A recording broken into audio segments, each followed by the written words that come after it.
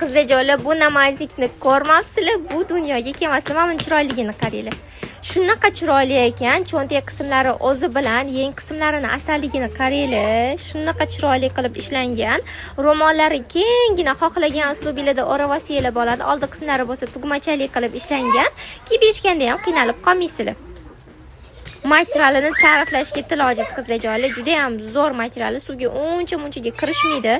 Mazza qilib kiysizlar. Razmerlari standart bo'lishiga qaramasdan qaranglar, kenginaligini ko'ryapsizlarmi?